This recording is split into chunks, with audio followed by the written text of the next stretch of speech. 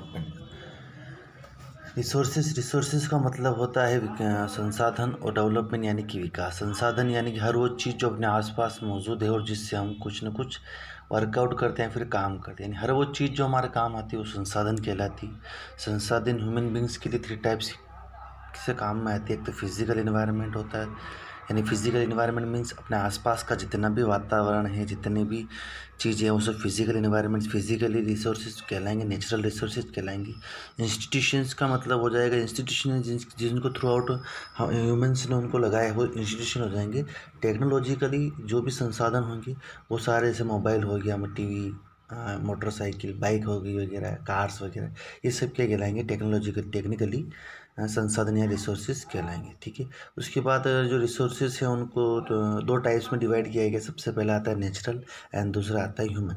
Natural के अंदर भी इसके 2 सब पार्टीशन कर रखे हैं। सबसे पहला है रिन्यूएबल, यानी कि नवीनीकरण, जिनको वापस से प्राप्त किया जा सकता है या फिर जो बिल्कुल ख़त्म नहीं होता। और नॉन रिन्यूएबल का मतलब क्या हो गया, वापस जिनको प्राप्त या यूटिलाइजेशन उनका नहीं किया जा सकता है।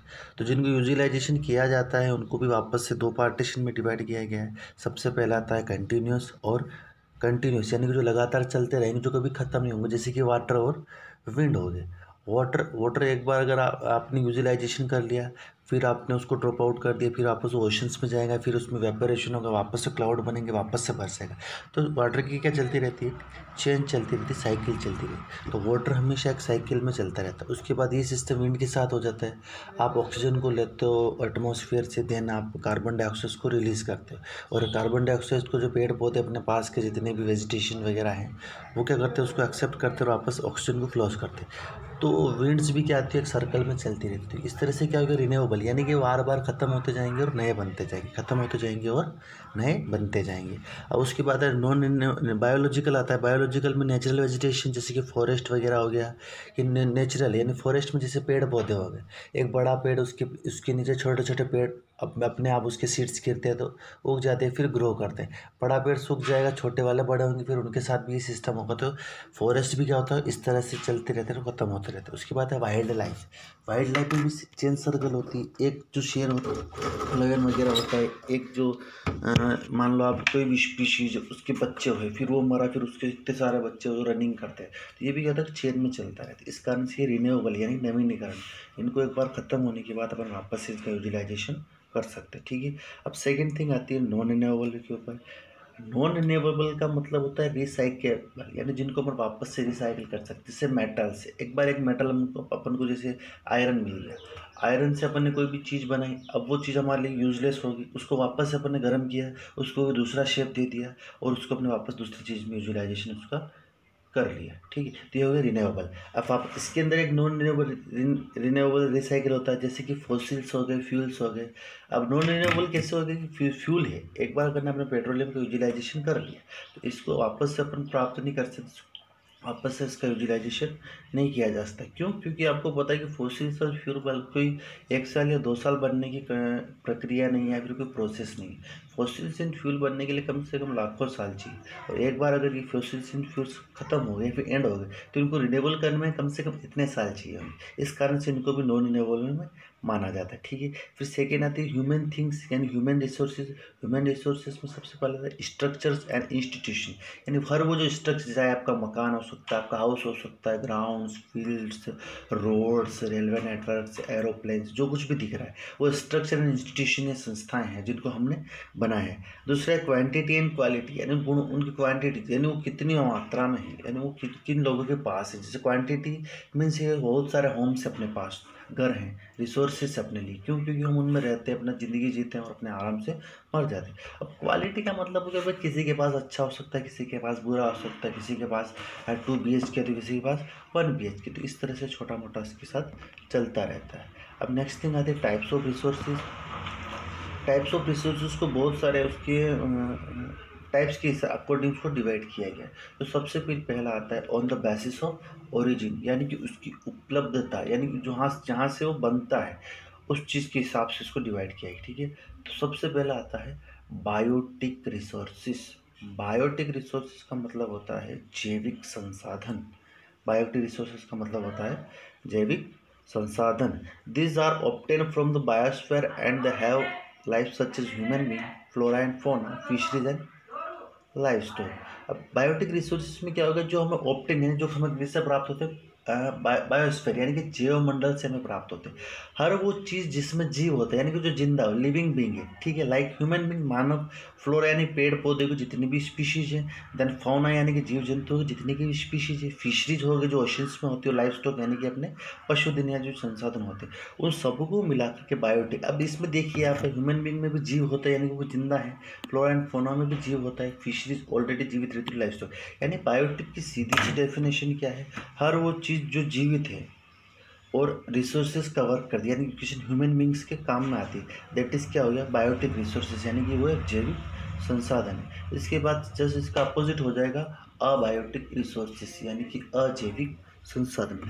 All those things which are compose of the non living thing are called abiotic resources, for example rocks and metals.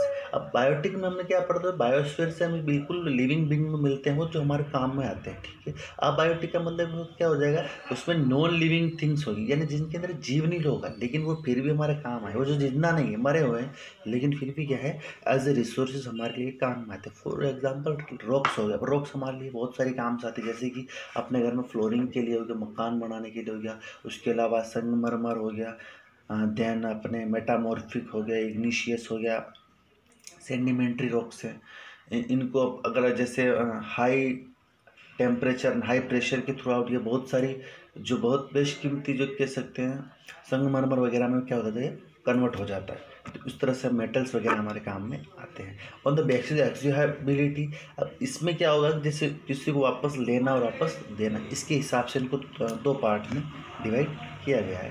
तो सबसे पहला आता है रिन्यूएबल रिसोर्सेज, यानी कि नवीनीकरण संसाधन, यानी जिनको एक बार ख़त्म होने के बाद वो लगातार एक चेन सर्कल में चलते रहते हैं, उनको रिन्यूएबल रिसोर्सेज कहा जाता है। यानी कि जिसे हमने यूज़ किया, चेंज हुआ, वापस दूसरी जगह जाएगा, वहाँ से व्यापार होगा, वापस उसको चेन के थ्रू आउट अपने पास क्या होता है, वो चीज़ वापस आती रहती है। The resources which can be renewed और reproduce by the physical, chemical और mechanical process are known as the renewable और the replenishable resources, for example solar, wind energy, water, forest and wildlife। यानी कि वो रिसोर्सेज जो क्या है तो वापस से बन सकते हैं, देन क्या हो सकता है, उनको रिप्रोड्यूस यानी उनको क्या कर सकते हैं, वापस से बना सकते हैं। कैसे, फिजिकली चेंजेस ला करके, केमिकली और मशीनिकली प्रोसेस के थ्रू क्या कर सकते हैं, उनको वापस रिन्यूएबल कर सकते हैं, वापस ला सकते हैं, वापस उनको रिप्लांटेशन कर सकते हैं। जैसे कि सोलर एनर्जी या विंड एनर्जी। सोलर एनर्जी क्या है, एक बार सनलाइट आ रही, उसको अपने सोलर एनर्जी के थ्रू क्या किया, ऑब्जर्व किया। ऑब्जर्व करने में क्या होगा, जितना अपने को पार्टीशन चाहिए उतना अपने पास आएगा, उसके बाद दूसरा क्या होगा, वापस से रिफ्लेक्ट होकर के एटमोसफियर में चला जाएगा, जो क्या करेगा, एटमोसफियर के टेम्परेचर को अप डाउन करता रहेगा। उसके बाद विंड एनर्जी, एयर का पहले बता ही दिया कैसे ब्रीथिंग के थ्रू आउट विंड एनर्जी वापस चलती रहती है, और इसको अपन जो विंड मिल से उसके थ्रू आउट अपन इसको वापस यूटिलाइजेशन कर सकते हैं। वाटर की पूरी सर्कल चलती है, सबसे पहले जैसे वेपोरेशन होता है, फिर क्लाउड्स बनते हैं, उससे रेन होती है, रेन होने के बाद रेन गिरती है अपने लैंड के ऊपर, भी उस पानी का अपन यूटिलाइजेशन करते हैं। वापस से क्या होता है, बहुत हीटिंग होती है, गर्मी पड़ती है, वापस से क्या उस वापर का वापस वेपर बनेगा और वापस ऊपर जाएगा, क्या होगा, वापस से वो इरीगेशन के थ्रू आउट वापस क्या होगा, धरती पे या फिर अपने अर्थ के ऊपर फ्लोज करता है। इसका मतलब क्या हो गया कि जो वाटर की जो साइकिल पूरी एक साइकिल में चलते थे, ये सारे सिस्टम जो कि दिख रहे हैं आपको पूरी तरह से किस में चलते हैं, साइकिल में चलते हैं। इस कारण से क्या होगा, सारे रिन्यूएबल होकर अपन वापस से प्राप्त कर सकते हैं, ठीक। फिर वाटर हो गया, फॉरेस्ट हो गया, फॉरेस्ट का बता ही दिया, जैसे कि पेड़ पौधे होते हैं, उनके छोटे छोटे पेड़ वापस से ग्रोथ करेंगे, बड़े वाले जैसे बूढ़े हो गए, मर गए, कट गए, तो छोटे वाले पेड़ क्या हो जाएंगे, वापस से बड़े हो जाएंगे, छोटे वाले फॉरेस्ट वापस से बड़े हो जाएंगे। वाइल्ड लाइफ में यही चलता है, जैसे आपने फूड चेन पढ़ा होगा, वो छोटा जो एनिमल या जो स्पीशीज जो उसको बड़ा खा जाता है, फिर उसको बड़ा खाता है, फिर उसको बड़ा खाता है, तो इस तरह से फूड की भी क्या चलती रहती है, चेन चलती रहती है। ये सब क्या है, एक दूसरे के ऊपर क्या हो जाएंगे, डिपेंडेंट हो जाएंगे। फिर सेकेंड थिंग आती है नॉन रिन्यूएबल, यानी जिसको अपन वापस से प्राप्त नहीं कर सकते, जैसे दिस ओकर over a very long geological time. Minerals and fossils sure are example of the such resources. These resources take millions of the year in their formation. Some of the resources like metals are recyclable and some like fossil fuel cannot be recycled and get executed. यानी कि non renewable का मतलब ये resources जो हमें मिलते तो हैं बिल्कुल नेचुरली, जो हमें मिलते तो पूरे नेचुरली है, लेकिन जिनका यूटिलाइजेशन एक बार करने के बाद इनको वापस से रीजनरेट करना, रिन्यू करना बहुत सालों की प्रोसेस होती है। वो क्या हो जाएंगे, नॉन रिन्यूएबल। जैसे मिनरल्स एंड फॉसिल्स हमने एक बार यूटिलाइजेशन कर लिया तो उनको वापस से उसी शेप में, उसी रूप में पाने के लिए अपने को बहुत सारा वेट करना पड़ेगा, क्योंकि उनके बनने की पर्टिकुलर क्या है, प्रोसेस है। अब फ्यूल्स हमको पता है लाखों सालों में जो फॉसिल्स थे वो दबे रहे, फिर प्रेशर के थ्रू आउट वो उनमें संरक्षण हुआ, फिर वो जो सेडिमेंट्री जो रॉक्स थी उनके अंदर जाके वो इकट्ठा हो गया, फिर शेप बन गई उनकी, ठीक है। तो उन चीज़ों से वापस क्या बना, फ्यूल्स बना। तो इनको बनने में बहुत सारा टाइम लगता है, तो उसको कहते हैं नॉन रिन्यूएबल रिसोर्सेज, ठीक है। अब थर्ड थिंग आती है on the basis of ownership.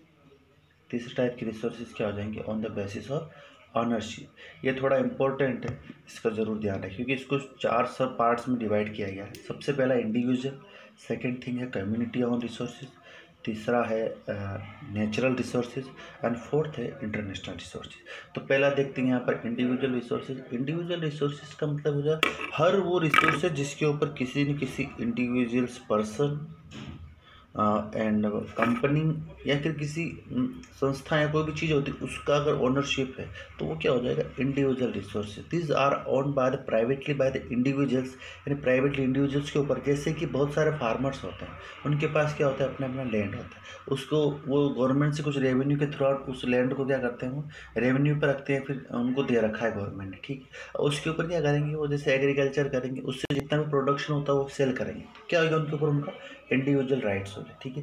ये तो होगी विलेजेस की बात। यही चीज़ अगर हम अर्बन एरियाज़ के अंदर अगर ग्रो करते हैं तो अर्बन एरिया में क्या है, बहुत सारे प्लॉट्स हो गए, किसी के पास इंडस्ट्रियल जो लैंड्स होता है उसका यूटिलाइजेशन वो इंडस्ट्री के लिए करते हैं लोग, बहुत सारे शॉप्स खोलते हैं, शॉप कीपिंग करते हैं। तो अर्बन एरिया में जो इंडिविजुअल रिसोर्सेस है उसको ये माना जाएगा, वो किसी की शॉप है उसके ऊपर जो यूटिलाइजेशन करता है उस लैंड का, वो उसके ऊपर ऑनरशिप की कहलाएगी, ठीक है। प्लांटेशन है, property, placer, example owner by the individual.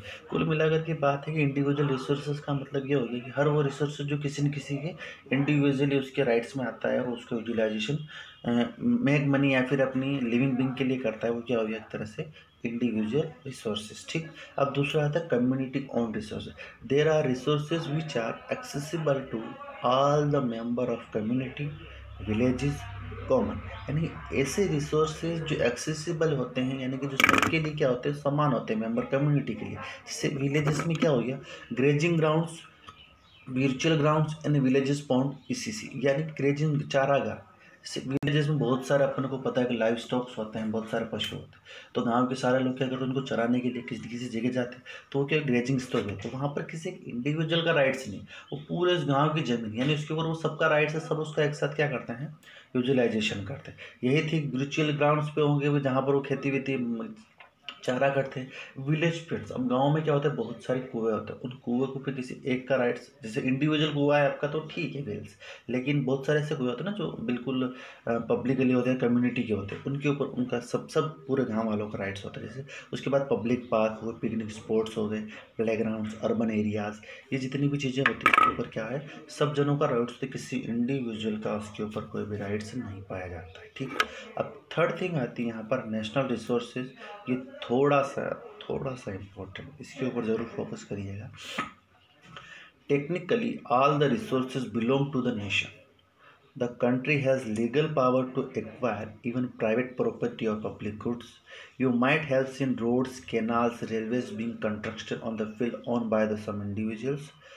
Urban development authorities get empowered by the government to acquire land, all the minerals, waters, resources, forest, wildlife, land within the political boundaries and oceanic area. देखिए individual technically देखा जाए तो सारे जो resources वो क्या है, nation के हैं भाई। हम सब लोग अगर किसी नेशन में रहते हैं तो अपना सबसे पहला राइट्स क्या है, उस नेशन को ग्रो अप करना, हाँ, उसको बढ़ाना है, फिर उसका विकास करना, उसका डेवलपमेंट करना।